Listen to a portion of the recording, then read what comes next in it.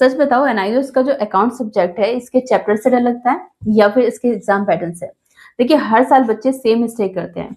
Partnership से start करते हैं और ट्रायल बैलेंस भी आती नहीं है। फिर फाइनल अकाउंट्स की एडजस्टमेंट में मिस्टेक होती है और बच्चों को लगता है कि उनका जो अकाउंट सब्जेक्ट है वो बहुत टफ होता है, पास करना मुश्किल है। लेकिन ऐसा नहीं है।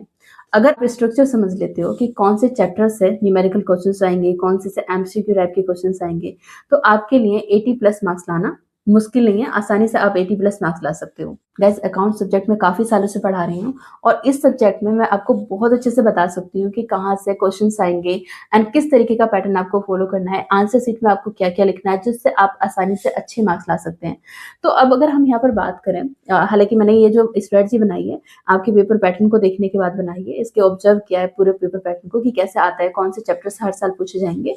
ठीक है, तो यहाँ पर एग्जामिनर क्या देखता है? स्टेप्स, यानी कि आप एक क्वेश्चंस को सॉल्व करने के लिए, क्योंकि अगर हम पार्टनर से भी बात करें तो अगर आप कोई भी क्वेश्चंस कर रहे हो, ठीक है, उसमें आप स्टेप सही से लिख रहे हो। फिर उसके बाद में फॉर्मेट, फॉर्मेट आपको जरूर याद करना है। आने वाली वीडियोस के अंदर मैं आपको एग्जैक्ट बताने वाली हूँ आपको क्या करना है पेपर में, तो उन वीडियो को आपको मिस नहीं करना है। ठीक है, फॉर्मेट देखा जाता है कि आपने जो फॉर्मेट बनाया वो सही से बनाया या नहीं बनाया, उसमें तो मिस्टेक नहीं है। फिर वर्किंग नोट, सबसे इंपॉर्टेंट है वर्किंग नोट। वहां पर टीचर्स आपके फाइनल आंसर से ज्यादा आपके वर्किंग नोट्स को देखते हैं कि बच्चे को नॉलेज है, उसने जो आंसर किया है, जो क्वेश्चन किया है, अटेम्प्ट किया है। मान लो आपने क्या किया, एक क्वेश्चन सॉल्व किया, वहां पर आपको प्रोराटा बेसिस का एक क्वेश्चन पूछ लिया गया एंड वहां से आपको क्या करना है, वहां पर वर्किंग नोट्स लिखने होते हैं।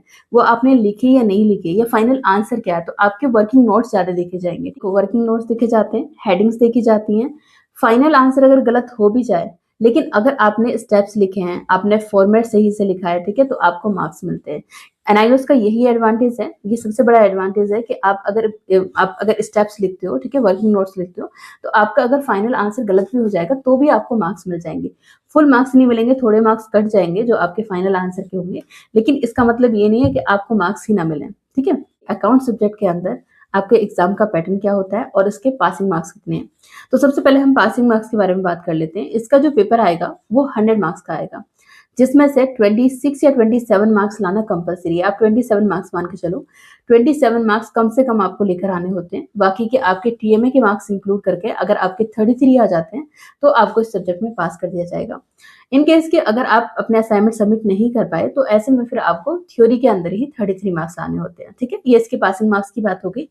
अब अगर हम बात करें कि इसका पेपर पैटर्न क्या होता है, तो इसके अंदर आपके 100 मार्क्स का मैंने आपको बताया क्वेश्चन पेपर आता है, जिसमें आपके 47 क्वेश्चंस होते हैं। ठीक है, इसमें आपके एमसीक्यू भी रहेंगे एंड 3 आर का ये पेपर रहता है आपका। अंदर इसमें आपके 2 सेक्शन होते हैं। सेक्शन ए के अंदर आपके एमसीक्यू प्लस शॉर्ट क्वेश्चंस पूछे जाएंगे, जहां पर आपके concept plus small entries type के क्वेश्चंस वहां पर आपसे पूछे जाते हैं। एंड सेक्शन बी के अंदर आपसे लॉन्ग क्वेश्चंस और न्यूमेरिकल्स पूछे जाते हैं। ठीक है, अब ऑप्शनल आते हैं। आपके पास 2 मॉड्यूल होते हैं ऑप्शनल, जिसमें से आपको एक करना होता है। पहला होता है आपका फाइनेंशियल स्टेटमेंट एनालिसिस और सेकंड आपका होता है कंप्यूटर अकाउंटिंग।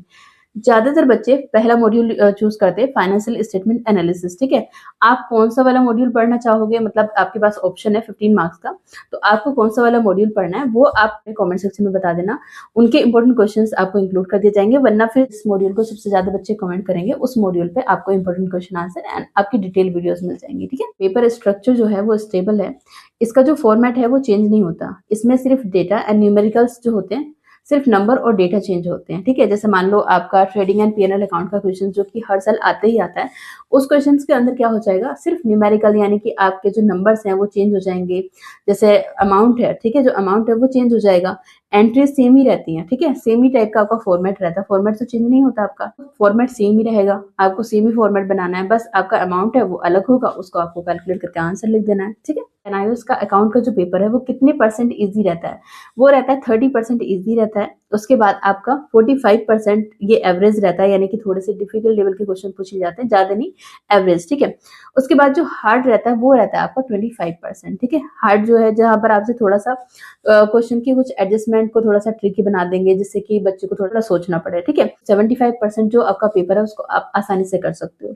वहीं अगर मॉड्यूल वाइज मार्क्स डिस्ट्रीब्यूशन की बात करें तो आपका मॉड्यूल नंबर 1 एंड सेकंड, ठीक है, फर्स्ट और सेकंड मॉड्यूल आपका है 20 मार्क्स का है, 20 मार्क्स, और मोस्टली यहाँ से आपके एमसीक्यू प्लस शॉर्ट क्वेश्चंस पूछे जाते हैं। ठीक है, अब आपको पता चल गया कि मुझे फर्स्ट एंड सेकंड मॉड्यूल के अंदर क्या करना है, जो 20 मार्क्स का है उसमें से मुझे एमसीक्यू के लिए कॉन्सेप्ट क्लियर करना है, मतलब उनको समझना है। क्वेश्चंस लर्न नहीं करने हैं, ठीक है, थ्योरी के। एंड शॉर्ट मॉड्यूल की बात करें तो आपका थर्ड मॉड्यूल 20 मार्क्स का है, फोर्थ मॉड्यूल भी 20 मार्क्स का है, फिफ्थ मॉड्यूल भी 20 मार्क्स का है और आपका सिक्स मॉड्यूल भी 20 मार्क्स का है। तो आपके ये 4 मॉड्यूल 80 मार्क्स यहाँ से कवर करते हैं, अगर आप इनको अच्छे से पढ़ लेते हो और इसमें भी पूरे चैप्टर्स आपको नहीं पढ़ने, ठीक है।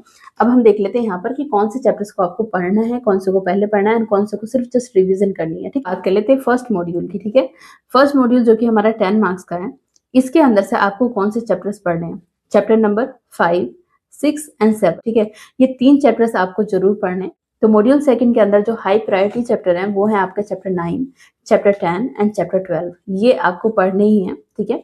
उसके बाद मॉड्यूल 3 है। मॉड्यूल 3 के अंदर आपके जो चैप्टर्स है जो आपको बिल्कुल पढ़ने हैं, जहां से आपको बहुत अच्छे मार्क्स मिलेंगे, 18, चैप्टर 17, 18, 14 एंड 21।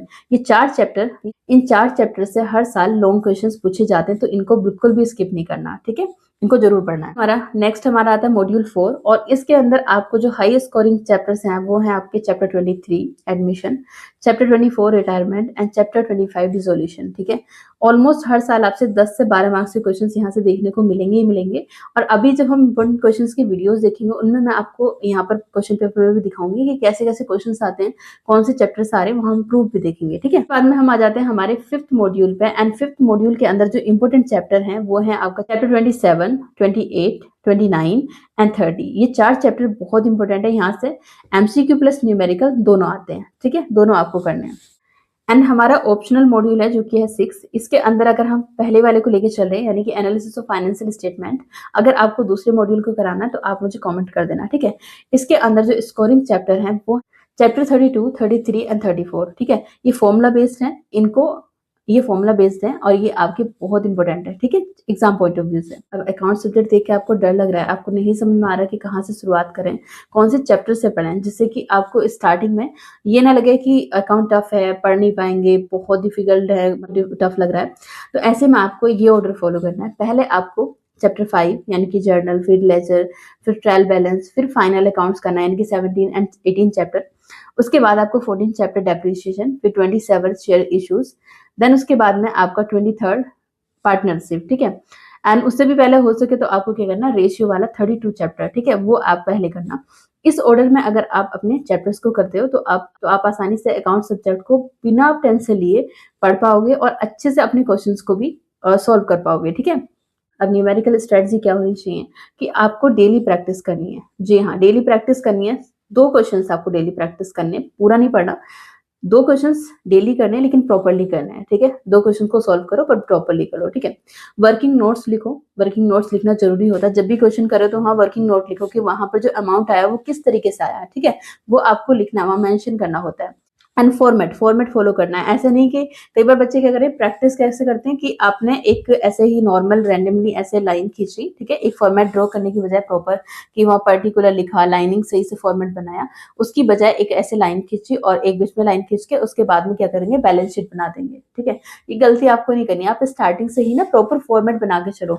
जब भी क्वेश्चन को सॉल्व कर रहे हो, जब भी क्वेश्चन को कर रहे हो तो एक प्रॉपर फॉर्मेट बना के चलो, इससे आपकी प्रैक्टिस हो जाएगी। क्योंकि जब आप एग्जाम वाले दिन करोगे ना, तो अगर आपने ऐसे नॉर्मल रैंडमली लाइन खींच लिया एंड देन उसके बाद में आपने क्या करा, आंसर लिखने स्टार्ट कर दिया, तो टाइम ज्यादा लगेगा और उस तरीके से आपकी प्रैक्टिस नहीं हो पाएगी।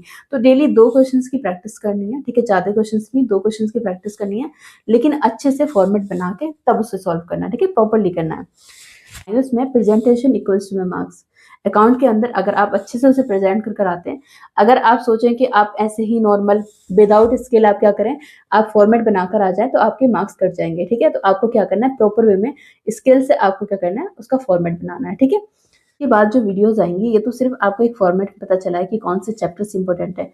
इसके बाद जो इंपॉर्टेंट क्वेश्चंस की वीडियोस आएंगी एंड और भी डिटेल वीडियोस जैसे जैसे आप कमेंट करके बताएंगे वैसे वीडियोस आएंगे जिनको बहुत आसान बना दिया जाएगा और आप आराम से अकाउंट सब्जेक्ट को पास कर पाएंगे। अब आप मुझे कॉमेंट सेक्शन में बता सकते हैं कि आपको कौन सा चैप्टर अकाउंट का टफ लगता है, उसकी डिटेल वीडियो आ जाएगी, क्या क्या डाउट आते हैं, कहाँ कहाँ प्रॉब्लम आती है, आप कॉमेंट सेक्शन में मुझे बताएंगे तो मुझे पता चलेगा कि हाँ कहाँ कहाँ पर प्रॉब्लम आ रही है और मैं उसको कोशिश करूंगी कि डिटेल वीडियो वीडियो बनाऊँ जिससे कि आपकी हेल्प हो जाए, ठीक है? बाकी इंपॉर्टेंट क्वेश्चंस की जो वीडियोज़ आएँगी एग्ज़ाम से पहले उनको मिस मत करना। चैनल को सब्सक्राइब कर लो, वीडियो अच्छी लगी हो तो इसको लाइक कर देना और साथ ही साथ अगर आप चाहते हो कि ये वीडियो अदर स्टूडेंट तक पहुँचे, तो कमेंट सेक्शन में हाइप का एक ऑप्शन आता है। तो अगर आप यूज़ करते हैं तो अदर स्टूडेंट तक वीडियो जाएगी या इससे भी अच्छा है कि आप किसी टेलीग्राम ग्रुप में अगर जुड़े हुए हैं या व्हाट्सएप ग्रुप में जुड़े हुए हैं, तो आप वहाँ पर इस वीडियो को शेयर कर सकते हैं। क्योंकि जितने ज़्यादा स्टूडेंट की प्रॉब्लम्स में वहाँ पर आएगी कमेंट सेक्शन में, उतनी ही डिटेल वीडियोज़ में बनाने की कोशिश करूँगी, ठीक है? तो आज की वीडियो में इतना ही, मिलेंगे नेक्स्ट वीडियो में। Thank you for watching.